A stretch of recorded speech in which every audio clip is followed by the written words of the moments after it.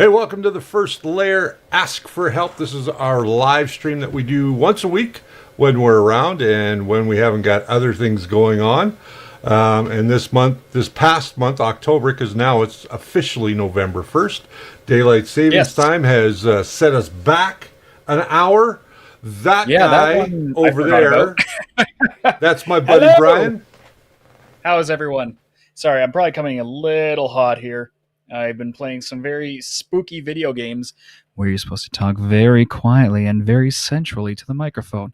So now that I'm back to normal, I need to clamper back a bit. There we go. Happy Sunday, everyone. Thanks for joining us and tolerating our delays. Yes, this month is, last month, October, was a idiot month. I'm just going to say that. It just was kind of one of those icing on the 2020 cakes. Yes, it was. That's all we can really say about it, you know? Yeah, and we still got 2 more months of icing to go. I want to say hi to some people here in the chat room tonight. Let's say hi to Rex Waldy, Robert Marvin, Snapshot FPV, Joseph Jolly, Dominic Versetto, DeWitt, which is our good friend Tim, formerly known as KP3D, Loch Ness. There's a story behind that I don't know yet. Dum Dum Dev, the Scarecrow, High Tech Redneck, Peter Reynolds, my good friend. We were just talking about you, Peter, and I did get your message on my phone today. I will call you back. David Sell, Robert Marvin, Lewis Warnell, Gary T, Guy the Jedi, Pure Life RCO1, and Robert 954. Good evening. If you sent us any messages this past week or two, since the last time we did a live stream, I did not get them, and I do apologize. So please reiterate those messages. My life has been pretty chaotic. Yes. But we are back. We're starting November fresh on a Sunday night. And we will be bouncing back and forth depending on different holidays that are coming up. We wanted to do this last night, but of course it was Halloween, and I thought about that at the very last sort of mid-afternoon, going, "What the hell are we doing? It's Halloween." And kids would be knocking on our door, and sure enough, we had a couple knocking on our door, but there wasn't too many. Yeah, it was kind of dead down my way here, but we had a niece who was celebrating one of her first Halloweens, and so we went out for a little strut. I bought one of those giant Jurassic Park T-Rex outfits. I'm sure I'll find a photo here and share it with you guys at some point. It was pretty funny. There you go. Pure Life RC01 says, I have extruder problems. That can be cured with a couple of pills as you get older. Your extruder will work just fine. If your filament's still stiff after 4 hours, seek a doctor. Yes, that's right. What kind of issues are you having there, Pure Life? Write it up in chat. Oh, I am coming in kind of quiet. Thank you, Robert Marvin. All right, there we go. Okay. Hopefully we're all good now. Yeah, we should be. You sound great on my end. Yeah, I'm just I'm fiddling with everything. If you saw me moving around here, it's because I've got an overhead camera that I am just playing with. I guess, yeah, no, it's working. There you go.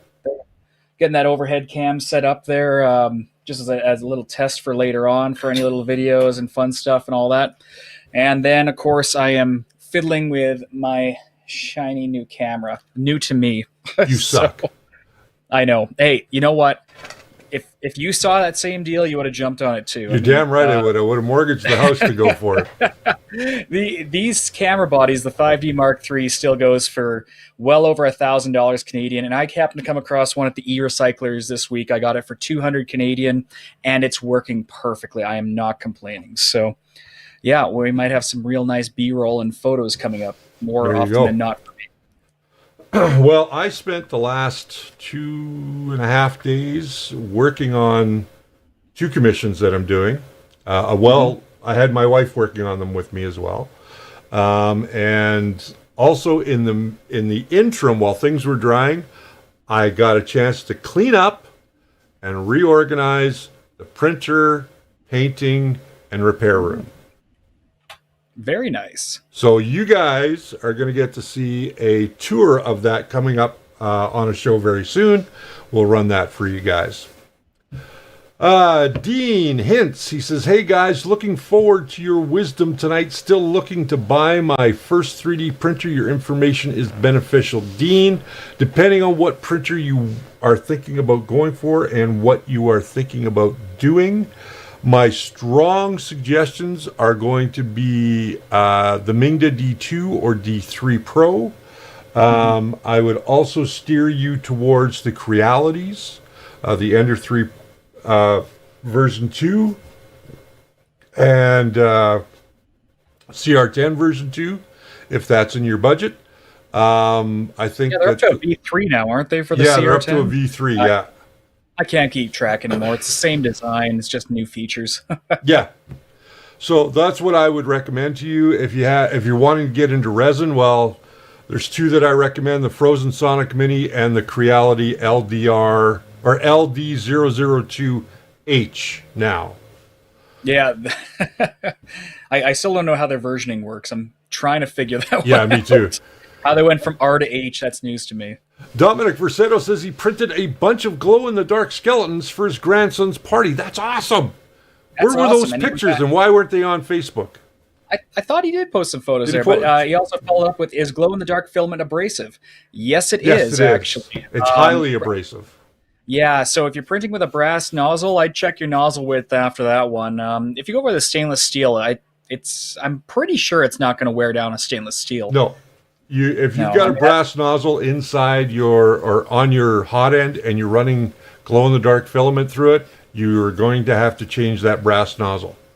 There's no ifs, ands, or buts about that. Mm. All right, Pure Life was saying, I have upgraded from the plastic to metal feeder. I've changed the tube to Capricorn tube and have cleaned out the hot end and still having very little plastic coming out of the nozzle. Well, that sounds to me like heat creep. Could be either heat creep or there could be something wrong with the E-steps. Yeah, so Pure Life, let us know if you've changed just a standard extruder assembly or if you went with a dual gear. With the dual gear, I find you have to increase your steps by almost 50%, and it varies person to person, but mathematically, it changes to 139.5. So Rex Waldy is asking, Richard, he's got a comment here. He says, I just upgraded to the Micro Swiss direct drive extruder for Creality. Really impressed. What are the advantages to having a direct drive? Well, you can put different materials through it, like flexibles. They'll go through much easier than they would through a Bowden. You are going to have to slow it down a little bit just because now you've got all of that weight on the X gantry. So you will notice it in your prints if you're going at the same speed that you were going before. But other than that, pretty much it's filament availability to you now. Absolutely. Yeah, the Micro Swiss direct drive is quite nice. I will make sure to get some photos for you guys next week of my custom extruder assembly, which is quite similar to the Micro Swiss, except it's an actual metal plate put up, and there's a lot of customizations put in there, but my system is basically a direct drive setup with a tiny little bit of Bowden tube in there. The main thing is the flexes. If you have a flexible filament, since it has less distance to go, you're going to apply that torque directly now into the hot end, and you're just going to get a better print out of it. Now, whenever you go direct drive, especially with all metal hot ends and all that, remember to change your retraction down from 5 to 7, where it normally sets in the slicer. Drop it down to 1 to 2 millimeters tops. And for those of you who do get jams with hot end setups like that, that's what you want to do. You want to reduce that retraction. And if you're doing linear advance, you almost want to turn it off if it's dialed in perfectly. So Tim says, question about my Arion Thinker SE. He says, I have to run very, very slow to get the first layer to go down half decent. He says, much slower than other printers. Could it be an issue with the E-step settings? I would say yes, but before I continue that answer, Super Chat. Thank you, Joseph Jolly, for the $9.99 Super Chat. It's running an older version of Marlin, so wondering if I need to update it. Brand new printer. I would say yes, you need to update it, and I would also calibrate your E-steps to make sure that they are done correctly, so you're getting enough flow, and you don't have to go so slow to get it out of the nozzle. Now, what I'd like to know from you there, Tim, is basically what kind of build surface is it, and what bed temperature are you putting on there? Like, what's happening? Is it just kind of dragging along the bed? Because one thing I've kind of been trying to figure out how to properly address with the community is the idea of the actual bed temp versus the heater plate on the bottom of your bed. So your heat plate, if you notice, almost all the thermistors, they're installed right into your heating element under the bed. But there are several millimeters to travel through and to disperse out of before it reaches your top layer. Then if you have things like flexible beds and stuff like that, there's a separate temperature deviation. So when they say PLA binds great to a 60-degree bed, we're talking like an Ender 3 where the heat is almost guaranteed 60 degrees on that top, on the actual bed surface. But as you get with bigger printers and thicker plates, that actual temperature on the top plate is going to be significantly lower. So one of the easiest things you can try and do is try bumping up your bed temp from 60 to, say, 70 degrees. If it's too warm, your PLA is going to start bending and it'll pop off the bed later. And then as well to try bumping up that initial layer temp. I've got a really weird filament parameter going on right now where I print my first layer at 220 and every layer after that is 180. But you know what? It binds like horse, you know what. So There you go. if that's what you're going for, slow down is always the easiest thing to do. But if that's bothering you, look at bumping up those temps. So High Tech Redneck says, I was thinking about buying a bigger printer, something bigger than the Ender 3, and budget is pretty low. Depending on where your budget is, I would steer you towards either the Mingda or the Creality CR-10S or the Mingda D3 Pro. Both are very reasonably priced. I like the Mingda because everything's underneath and it's got a nice touchscreen, and you've got a full-size USB, not one of those little tiny pain-in-the-butt USBs. And I like the Mingda. I think it's a great printer, and it's direct drive. Yeah, there's a bunch of printers in that range now that now they've kind of got a happy ground with a 300 by 300 by 400 build. Now, just based off my experiences, and I was talking with a guy today because we're building a big printer together, as it turns out.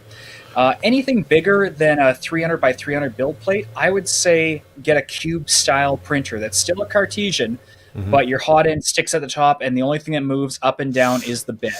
And that's just based off when you have that big of a mass moving back and forth, it doesn't even matter if the bed was made of feathers. Your model, as you get taller, any of that back and forth movement will cause vibration and noise. So if you're looking at printing big, any printer you see out there that's commercial at the 600 by 600 by 1200, for instance, or 600 by 1200, all these different ones, they're all cube design. So there's a couple of questions that just rolled by here. I'm going to go back a little bit. High Tech Redneck says, or no, I did that one already. Lewis Wanhao asks, what do you guys think about the metal 3D printers? They're good. They work well, but they are a lot of money to run. They're not in the consumer world yet. Yeah, they're definitely not in the consumer world. So Kyle Watson, I just got an Ender 3 V2. The springs are not the strong. Should I get different ones? No, you shouldn't. You don't have to. You can if you want to, but I am still running my Ender 3 Pro, which is now coming up on 2 years old, on the original springs. I haven't changed them. They're still using the original springs. The only thing I did was added the BL Touch, so I never really have touched the springs. So now, just bear in mind with the springs, if you're finding that your bed can bounce around, your bed is just simply too high. yeah, And so with a lot of those printers, what you want to do, and I made this mistake with the Ender 3 before as well, is get your bed compressed all the way down, your springs fully compressed, and then find out where your end stop switch is and see if you can actually lower that end stop switch a bit. I think, now, I'm a bit rusty on this, but I think the Z stop still came with a what was it there? It came with like an L joint, right? Super Yeah. chat. Sorry to Thank you, interrupt, Tim. but Tim just hit our super chat at $20. Thank you very much. Thanks, We Tim. do appreciate that. Glass bed with a texture on it. Glass is a great insulator, remember. So, and that's why we have it on our windows, is we can see through it, but especially a thick piece of glass will act as an insulator. So either bump that bed temp up or consider preheating it and leaving it for a while for the heat to more radiate through that glass. Because that's what happens with my big bed there. There you go. Anyways, bouncing back to where I was rambling about. I forgot what my tangent was on about there. I have no idea. Alterations. Oh, the springs, yes. Springs, yes. yeah. Sorry, so the springs. So the L joint that has the little end stop on. I don't think I have any in this room that has that right now. Oh, I do, but that's not going to move very easily. All you need to know is it's got that little lip that kind of shows it to kind of guide it into the extrusion. Make sure that's actually set up in the correct position, because I actually had mine set too high a few times, and then I ran my printer, and you know what? For small print jobs, it was fine.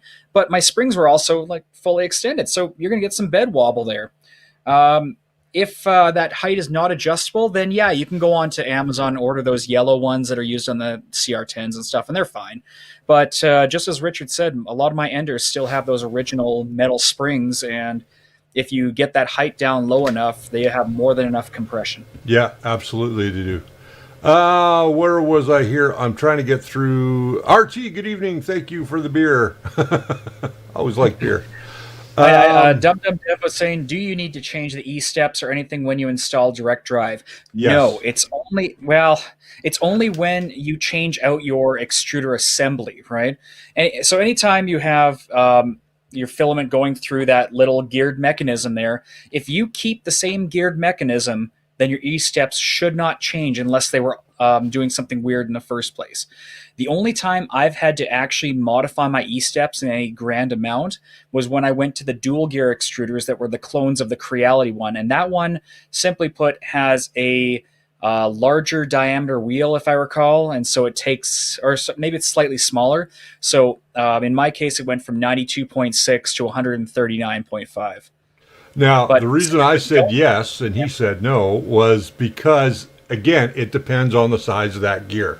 And depending on what you've gone to in direct drive, if that gear is bigger, you are going to have to change the E-steps. Just to be on the safe side, what I would do is, pardon me, is go ahead and just run 100 millimeters. Make sure that your machine is running the right amount of filament through it. If it is not, then you're going to have to adjust those E-steps. Absolutely. My TSWG, the rocket program, says, hi, my CR-10 will not pump filament. Help. Well, what's wrong? Have you looked at the machine? I need a little bit more information than that. Basically, I can kind of think that what you might have in terms of the problem is that little arm. And I had one here the other day, and I've misplaced it now. But the little arm on the extruder, that I'm sure I could got be, something in the bucket down here. yeah, that could be it could be cracked, so it's not pushing enough filament through, so it looks like it's under extruding. Nope, nothing good here. So, when we talk about extruder arms, the reason why we recommend upgrading the Creality one, that plastic one, basically the arm itself being made of not only plastic, but it's hollow plastic. It's a poor injection molded plastic. It's a fairly cheap injection molded part. So over time, that spring, the tension of the spring alone and the bouncing back and forth actually weakens that joint and can cause microfractures, which may or may not be visible to you. But the long and pretty story is it always out of the box works great. And then over time, it will wear down, but not rapidly enough for most people to notice. Right. So the reason we say change it day one is you're just removing a headache. The metal ones that are sold on Amazon and everything, and the key to look for is one side has a bearing and the other side has a gear. If both sides have a gear, it's a little different. But if you have the one side that has the gear that just slips onto the motor, most of the time you don't even have to swap out that gear. You just drop the new assembly right on top of the old one, and you're good to go, and you're not going to have that fracture issue down the road. There you go. Dum Dum Dev says, I changed the springs because mine was bottomed out and it was hard to level. I cut the little tab off still and moved the end stop. I've never had that problem. In all the ones that I've ever built for clients and my own, I've never had that problem. So maybe I'll take some deeper look into that for you guys. And Dum Dum Dev, I will see if we can't rectify that for you on a later show. In my opinion, I mean, you can change out the springs all you want there, but at the end of the day, I'd rather just get rid of the Z-end stop and use a BL Touch myself. And maybe that's just because I like to cheat a little bit, but it works so darn well. There you go. The Goat says, hi guys, thoughts on Ender 6 Core XY? We just purchased for our business, going to add a BL Touch immediately. The Goat, I really don't have an opinion on that because Creality and their wonderful way of doing things decided they didn't want to send us one. So in all honesty, if it is a true Core XY and Creality is really not known for doing that, I'd say great.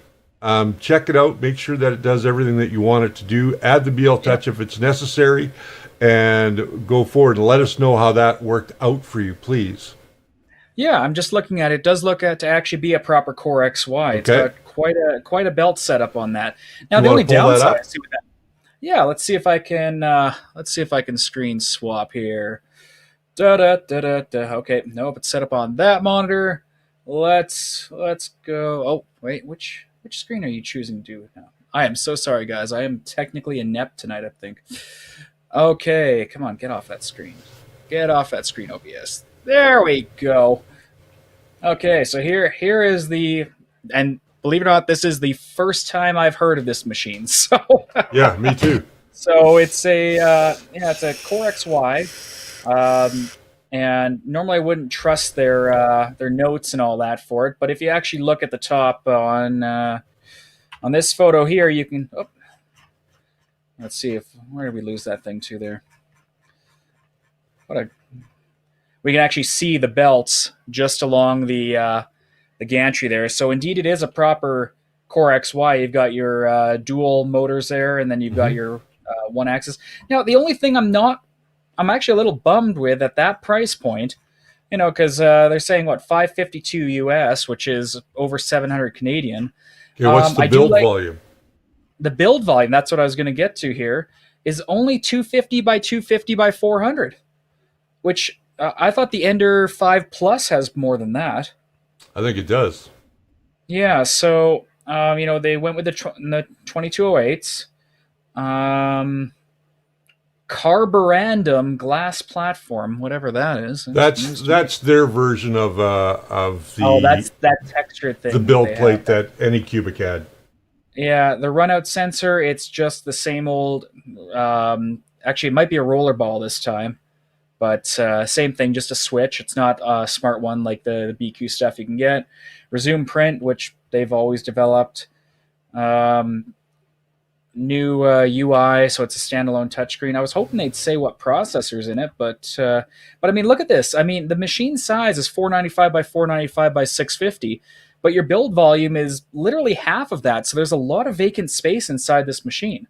Yes, That's is. The only thing I'm kind of, I don't know. You know what? I will say it probably will be a fine machine. It takes a lot to screw up a Core XY design, and having those doors is going to be nice if you want to print some more high temp items. But just make sure if you're going to print anything like ABS or anything on this machine, make sure you swap out the hot end, because I'm pretty much guaranteeing it's not going to be an all metal hot end. They're not saying anything about that. So I would just be a little wary, and by the looks of the hot end assembly down there, when we zoom in on it, looks like it's actually a CR-10 style hot end again. So at least you'll have some options to go to, I think, a Micro Swiss. Let us know when it comes in. I'd love to hear your feedback on that. Yeah, me too.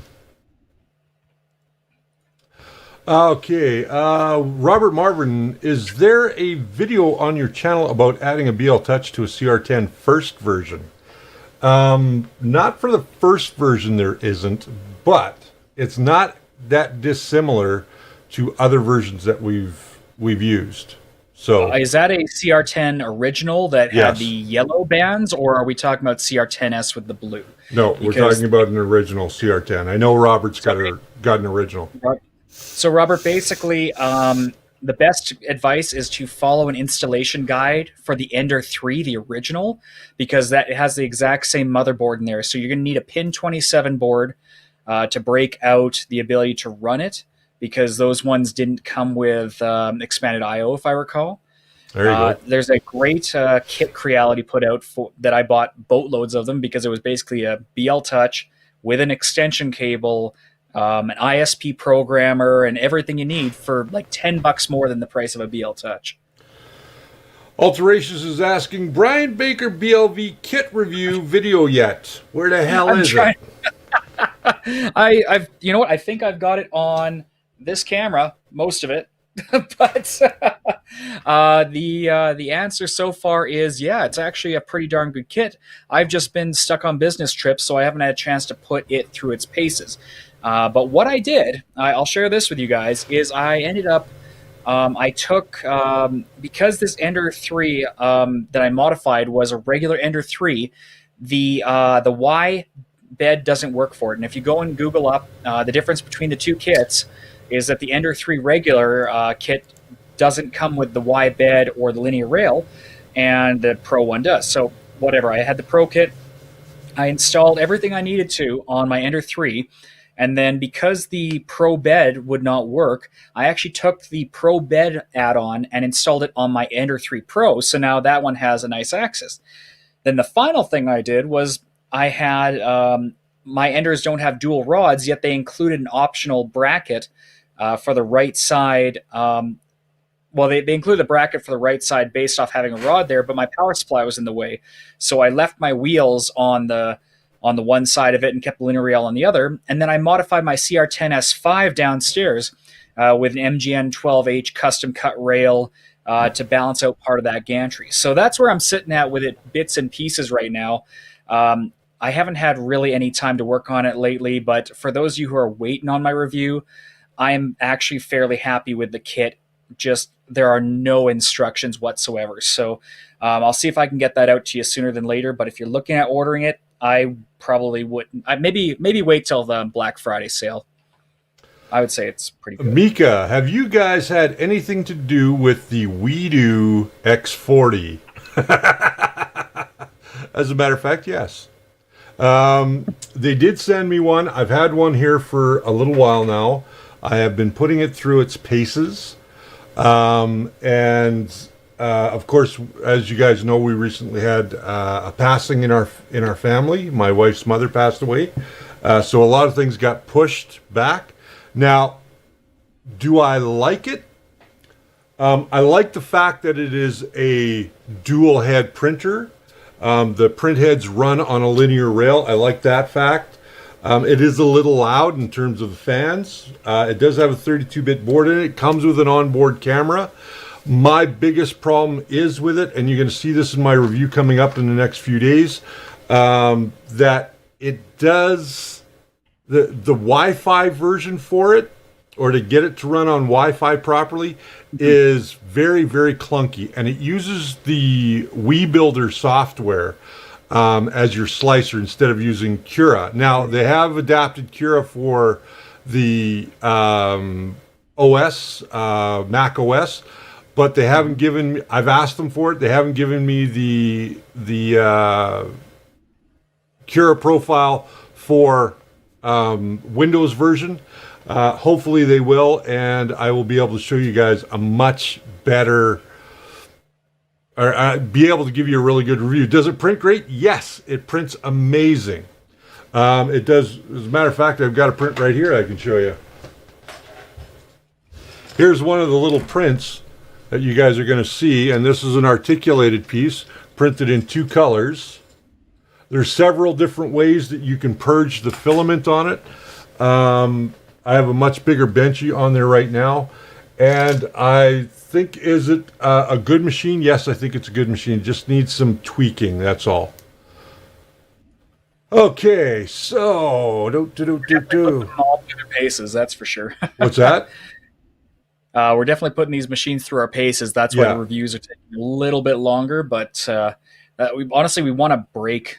We want to find a way to break these machines sometimes, right? So, yeah, because it'll happen. If it doesn't happen to us, it's going to happen to one of you guys. Yeah, that's right. And I'm trying to break this machine. One of the things I can tell you that I don't like when it purges, if you don't do a purge tower, this is what you get. Let me just see if I can pull this out of here. That's a bucket of just the one side when it purges itself. So, yeah, and there's stuff like this all over my table right now. But do I like the machine? Yes. Does it work well? Yes. Is it meant for everybody? No. Is it set at a good price? Yes. I still think they need to get away from that Wii Builder software, which is the same stuff that you can use for the Cadet that my wife has been using, and we reviewed that quite a while ago. This thing is a fun machine, but again, there are some problems with the what do you call it there? The Wi-Fi. So once I get that bit worked out for you guys, then you'll see a complete review showing you how I solve certain issues. If there's any OEMs in the chat developing any Wi-Fi products right now, please purchase chips that support 5 gigahertz, because all of these IoT 2.4 gigahertz devices are absolutely nightmarish for everybody. Even if it has blended, I can't get half my IoT stuff to talk without a dedicated 2.4 gig access point. That's all I'll ramble about it, but yeah, I'm going to tell you guys right now, if you're buying a printer, don't buy it purely on Wi-Fi being a feature, because it does take a lot of finesse to actually get it working on current day networks. Okay, now Peg City Jets. So that must be a Winnipeg City Jets fan. I hope so. Stay warm, my friend. I hear Yes. it's chilly out there. Peg City Jets. I'm a big. This guy can go into my Hall of Fame now. He says, I printed a model and the top and bottom sections were fine. For some reason, the middle had a bunch of lines on it. What would cause that? Depending on what you are printing, it could be anything from ringing to missteps to under extrusion. Without seeing the model, it's pretty tough. Yeah, so I would say it's probably one of those things. And if I had to guess, it's probably going to be you're moving a little too fast when you're printing. Slow things down to about 45 millimeters per second when you're printing, and I think your prints might improve. If they don't, again, just drop us a line at, let me just go to that particular screen. So here you can see, you can send us questions to questions@thefirstlayer.com, and we will respond to them, hopefully. 9 times out of 10, we respond to them. And if you can send pictures of the problems that you're having, that even helps us out even more. So by all means, please send us your questions to questions@thefirstlayer.com, and that way we can, if there's something you want us to get to, and we can do a little research for it, that is the best way to do it. So without seeing your pictures, I really can't tell you what's going on, but I would imagine you're printing a little too fast. You're probably printing up around that 60 to 65 millimeters per second, and you can check that in your slicer. I could be wrong. So Luke Murray says, I don't know if you, let me get over to back to our other screen here. There we go. Hey, Brian. There we go. Hello. He says, Luke Murray says, I don't know if you've ever worked with the SKR 1.4 or 1.3. Oh, yes, we have. But I was yeah. wondering, how do you compile firmware for it without using the Arduino? Heard you didn't need a bootloader for it. No, you do not need a bootloader for it, but you need to compile that particular firmware using Visual Studio Code. It is a free download. Brian is much better versed at Visual Studio Code than I am. I have used it, and we have programmed successfully boards using that, and I've got machines that are still running using the original installation. So, Yeah, absolutely. I'm just going to bring up, because I am building right now, just for an example here. Whoop, pull that back over. I am building for the SKR 1.4 Turbo right now. So all you need to know is whether you have a baseline firmware or whatever to build. All you have to do usually is update your motherboard definition on, in this case, line 131 of this version of Marlin. And then your Platformio on the left will give you all these general tasks, all this stuff. But what you're looking for is the ENV related to your processor. So if you have an SKR 1.3 or an SKR 1.4, you're going to be working with the LPC 1768. If you're working with the 1.4 turbo, it's going to be the 1769. Now, the biggest thing with all these 32-bit boards is instead of generating code and then forcefully flashing it to your motherboard, all the 32-bit boards do is generate a firmware.bin file that you then put onto your SD card. And then when you power cycle your printer, when it boots up again, it checks to see if there's a firmware update on the card. And if there is, it pulls it off the card, puts it into memory, and flashes it permanently onto the board. And then after that, that firmware.bin file is gone from your SD card, and you're going to find a firmware.cur, which is basically a copy of it, just to say this is the current firmware on the board. So here we are going through a rough, quick build. You can see it's flying away, and I'm actually shocked it's not giving me any errors right now because I don't even remember what this one was set up for, honestly. But you can see at the end, once we have success, it'll say in here, it's built a firmware.bin file. So if we go back to our folder view that you use in the Explorer in the upper left, and if we go and browse through our folder structure here, I was browsing, obviously, other data sources in there, but we've got Marlin, we got PIO, we got all this info. It says 2.54.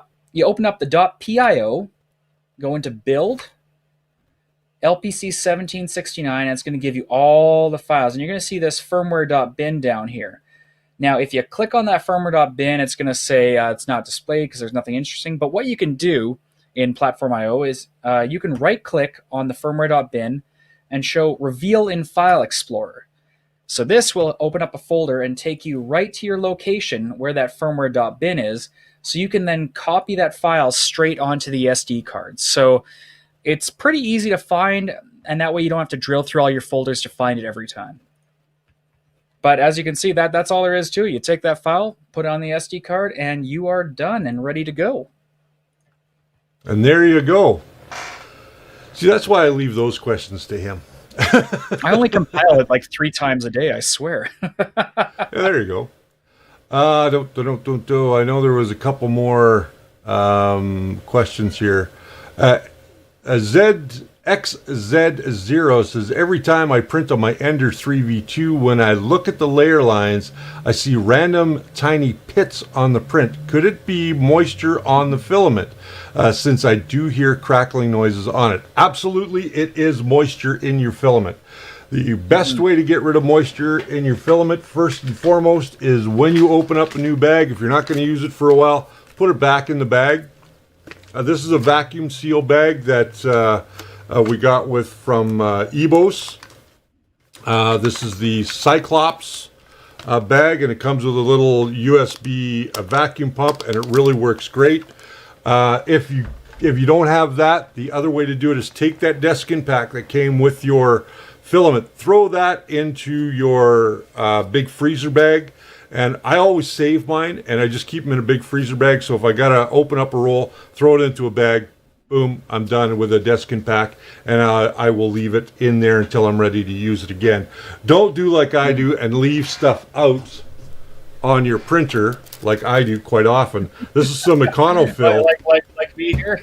Yeah, this is some Ocano fill, and although it's not horrible, like I can't break it right now, it will We're in a very over dry time. climate, so Yeah, we're in a very might as well dry work. climate. But if you're in a more of a damp climate, then by all means, put it into a Ziploc bag or some sort of food storage bin that has a seal on it, and throw Desiccant into it, and that should solve your issue over time. If you can dry it, if you've got access to a filament dryer or a dehydrator, that is another great way to get the moisture out. You can put it into a toaster oven as well at a very low heat for a little while, leaving the door open not to melt the PLA or Yeah, it's nylon or very- whatever. That's very finicky with that. Yeah. I would say if you guys are okay with it, go and buy the round salt and food dehydrators, because they can't go really any hotter than that kind of glass transition point of PLA. So, I mean, they can get toasty, but they also have forced air, so it kind of recycles around. And that kind of hints at my upcoming review of the Sunlu filler dryer. Let's put it that way. Okay, DeWitt, Tim is asking, is there a method on an IDEX printer to ensure nozzle are level or parallel? The right nozzle is slightly closer to the bed than the left nozzle. There should be some adjustment screws, depending on the printer. There might be some adjustment screws that will allow it to come down and be right perfect on both sides. And you might want to check that in your manual for the printer that you have and see if it does allow for that. Yeah, and it is a very finicky process. Before you start messing with any of it, make sure your bed is level, because Yeah, absolutely. as I found with mine, I actually had my nozzles perfectly balanced, but all it takes is a slight bed offset, and it gets worse. It'll just get worse, really. So make sure. I know Richard's kind of talked against this in the past, but I've been using this quite a bit. Having a bubble level, especially a two-dimensional bubble level on hand, just to compare your gantry angles versus your bed angles, it doesn't hurt. It just doesn't fully replace any other leveling techniques. That's the lazy man's way of doing it. Well, it's really good for when you have a giant-ass printer like mine. Let's put it that way. When you can't frickin' adjust your gantry all the time. Well, see, here's the thing, is at the end of the day, if you're going to use a bubble level to make sure that everything's level to one another, make sure that the surface that it is on, first and foremost, is completely level. Otherwise, the bubble level is not going to do you any dang good. And the best way to do it, I find, is if you want to make sure that that X gantry is level to the frame, you use a couple of blocks, and you put that underneath. Absolutely. You put that underneath the X gantry frame on both sides. You can see I've got two sets here. Okay, these are just 1, 2, 3 blocks. You can 3D print yourself some towers or whatever, and just make sure that these go in and that X gantry is sitting on it perfectly parallel and has the same amount of space between each side. Once you've done that, you know that your X gantry is level to your frame without going and using a bubble level, which can really screw you up. I know in the early days, a lot of guys were using bubble levels. What I use it for, honestly, is I treat it like that's my coarse adjustment knob, and then of course I do my proper leveling with my fine adjustment. But there you go. And this is something, I'll be calling Richard in, because we're going to take a look at this at some point. With my CR-10S V, there is definitely a lot of alignment issues when you have a frame that large. And even when you have it perfectly leveled and you have it nice and tightened up, you can actually shift the entire gantry 3 or 4 degrees without the other side even budging. So I'm looking at better ways of locking it down. The end goal right now, honestly, is a full linear rail conversion. I've done one side and I'll eventually do the other. But the problem with these big printers, especially with mine being a meter tall, is anytime I have to make adjustments to the brackets going on that X gantry, I have to basically remove the entire X gantry, which is quite a long movement. And, it's just a pain to do. So I'm looking into better solutions. If I do find something fantastic, I will share it with you guys. But that's actually partially why I bought that BLV kit, was to make that machine linear rails. And I do have meter-long MGN 12H rails ready to go for it.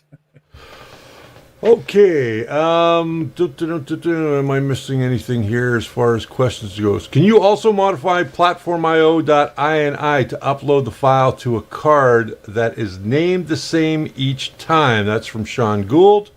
I don't know. Can you?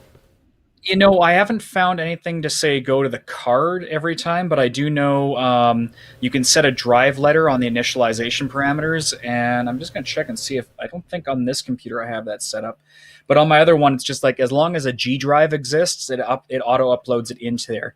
But just for good practice, anyways, I like to copy it again just to make sure it gets on there sometimes. Okay. The goat. And don't. I was going to say also, don't assume it's on the SD card the moment build is complete and says complete. With any kind of SD medium, give it a few seconds after you finish a write, because Windows especially has caching methods, and the data might not come across, and then you'll plug in your printer and you'll get a blue screen. There you go. The goat, he says, you mentioned changing the hot end on the Ender 6 Core XY. What would you recommend to replace it with? Thanks a million, guys. Honestly, there's no other hot end for me but a Micro Swiss hot end. And I will go to my grave saying that. I've never had a bad one. I've never had to change a nozzle. I've never had to unclog one. They just work, and they work very well, and Micro Swiss has done a really good job on how they build those for the Creality products. So go ahead and check out Micro Swiss's website. We don't have an affiliate for it, so we don't see any money even for suggesting it, but from my own personal view, that's the one I would go with. The only complaint I would have about the Micro Swiss, and this was based off me experimenting way outside their design parameters, is the heat break itself, the way it couples into the heatsink. I wish I actually had it downstairs. I wish I brought it up. But it only has a grub screw on one side. And what I had found was I was experimenting with using E3D Volcano blocks on that heatsink. And although operationally it ran fine, the additional weight being held in only by one screw, it eventually would always cause itself to loosen off and almost flop out of the heat block. So I ended up having to go and do something different for getting a pure Volcano setup on it. However, if Micro Swiss, if you're listening, if you could put one more grub screw hole on the back of that heatsink, or even, you know what, put one on each side, give us four, that would be the most ideal circumstance, then you can put some real nice heavy blocks, maybe even the Super Volcano, who knows. Mm-hmm. But it did work until it couldn't handle the weight anymore. That's my only critique of it. If you're using their standard block, you're not going to have that additional weight shift on it. Zylex is saying, I have a Mosquito, super nice. Yeah, the Mosquito is a very nice hot end. I've got, I don't want to call it a clone because it's different enough, but I have two Dragon hot ends, and I am swearing by those darn things. I'm really trying to figure out how to put a review together for you guys, but even at $100 Canadian, that's the best darn hot end I've ever bought, especially being an E3D drop-in replacement. Yep. Of course, downside with that is anything Creality, you're going to have to go and retrofit it in, and that's the only reason why I can't say, guys, go buy this right now, because it's a very niche market. Yeah. Anyone know about slicing for a laser engraver in Cura, or maybe a plug-in Octoprint?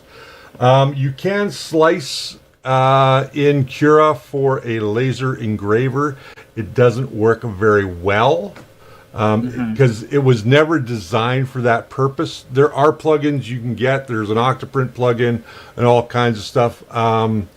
I just use the software that was meant for the printers that I have. I've been playing with a 4-in-1 toy DIY 4-in-1.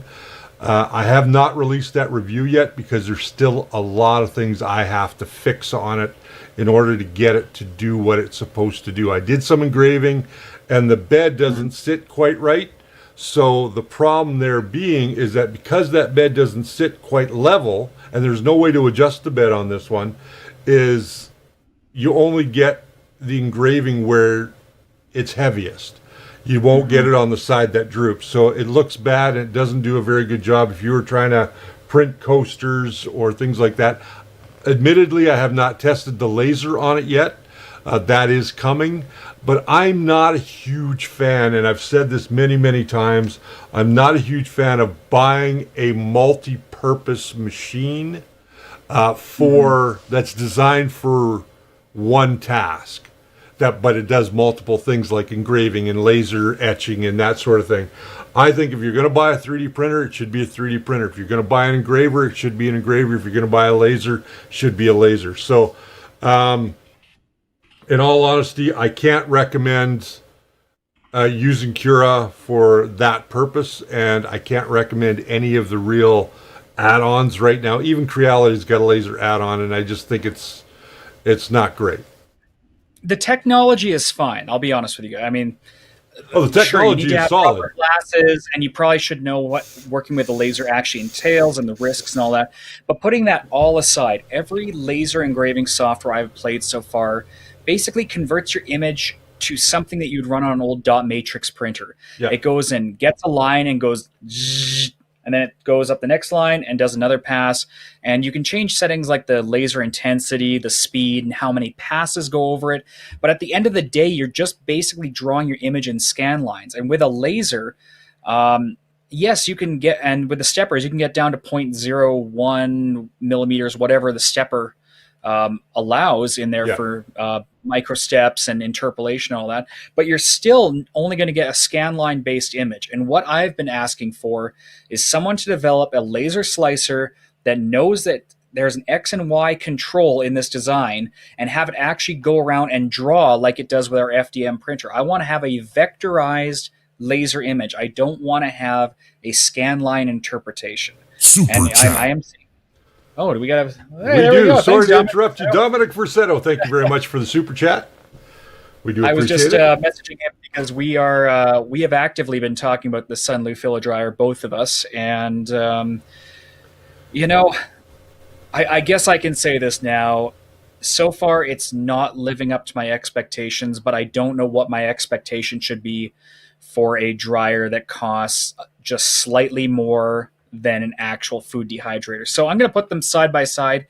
The problem is it's hard to measure the effectiveness of it. And that's what I'm going to try to figure out, is if I can soak some filament in a bath or something, just to give an extreme example of something. But yes, that review is in the works. And thank you, Dominic Versetto, for sending the few bucks our way. And I'm really curious to see what feedback you get from Sunlu based off your comments. Now, speaking of which, we have the EBOS print or filament dryer here, or IBOS. Rub it into my face. Yeah. Well, and we're going to compare it against the Sunlu and show the differences coming up too. We'll have a video on that probably pretty soon. I got to tell you, I like the IBOS. It works well, but I did notice today when I was looking at it that there's a little plastic grate that sits over top of the heatsink that dissipates all of the heat throughout the machine. And it did start to warp a little bit. Like there is some melting going on there. And I will be talking to EBOS about that. But I know that the filament dryer works. I've used it. It works great. Now, have you run the dryer while running a print on that machine? Yep. Absolutely. Because that's the only thing. Bear in mind, all of my filament drying up to this point has been through a food dehydrator. So I dehydrate it in advance, and then I run my print job. Now, with these new dehydrators, now we have the opportunity to dry it and have it dried as it comes out of the machine. And before we dive into our actual reviews of it, I was curious about your experience with heated filament entering the system. Do you find it softer? Do you find any weird quirks about that? Super chat. Had to get that one out first. Thank you, Pure Life RC. Pure Life. We do appreciate it. In all honesty, it does feel a little different. It does feel a little silkier, actually, after it's been through the dryer, I find. I have thrown many different materials in, and this PETG black that you see here did run that through, and before it went in, it was stringing like crazy. Put it into the dryer. I dried it first, then I set it up for another round of drying while I was printing. And it had zero stringing on the print whatsoever. None. There was none. So, Wow. and That's great. That's good to know, because what I found basically in the past is if I ran my extruder motor too hot and PLA is starting to warm up in there, that's when I start getting breakdowns. And so I was curious if having it preheated would change your experience at all. And that's actually a very promising thing when you're saying that it's got a nice sheen to it, but it doesn't seem to be really affecting the material's viscosity, I guess, flexibility. Yeah. The other thing is that you can do 2 to 3 kilogram rolls inside that machine, not just single 1 kilogram rolls. Because that's a dual bay, which is really nice. The one I have, the Sunlu, is only single roll, which for me it's actually probably going one to as well. The eSun one is like that. If you're going to spend that money developing it, just make it a bit bigger. Super Chat. Thank you very much, Mike Kirk Jr. We do appreciate it. He says, took your advice on the BMG extruder for my Chiron. Just installed now. Works mint. Way better than stock. Oh, and it is a left, like you guys said. Woohoo! So we don't always get things wrong. It was a 50-50 chance, right? Yeah, it was 50-50 chance. So Luke was asking, any plugins you guys use for VS Code? I'm getting an issue in _bootscreen.h with progmem. Or progmem, probably. This is for the CR-10S. I also don't have an option to compile the firmware, only have number of errors. Okay, so Luke, I can see you've just gotten started. I don't want to give you the whole boring spiel about how to set it up, but when you install Visual Studio Code, you're going to need to install the extension Platformio.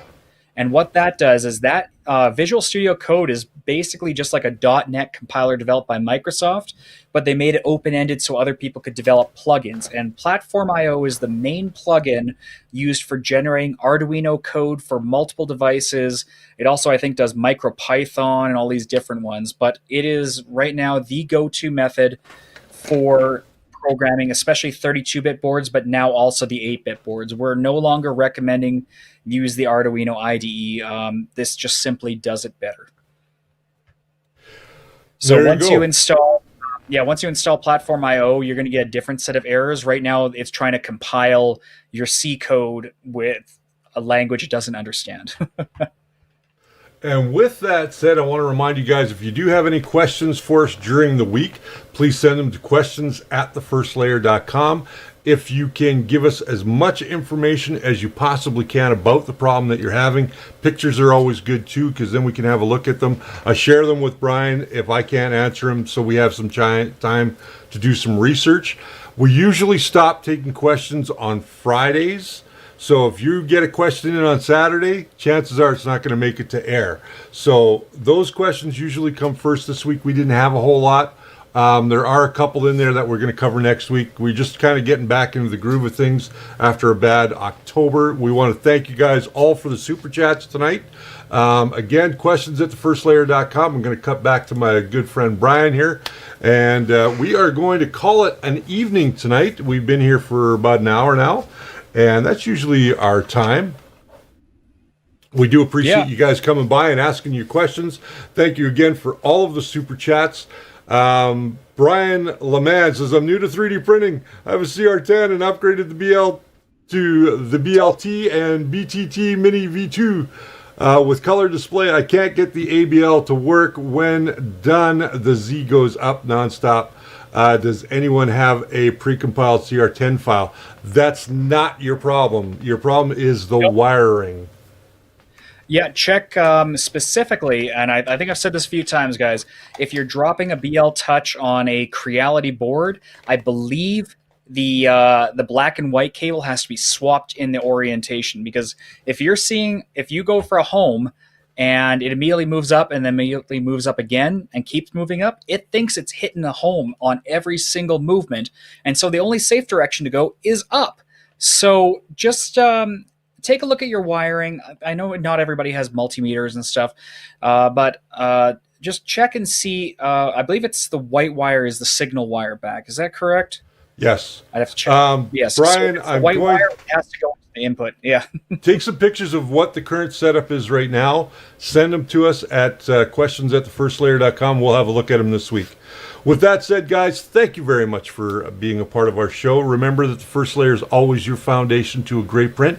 And we're going to see you next time with our review of the WeDo X40. And we'll see you Saturday night. There we go. So Cool.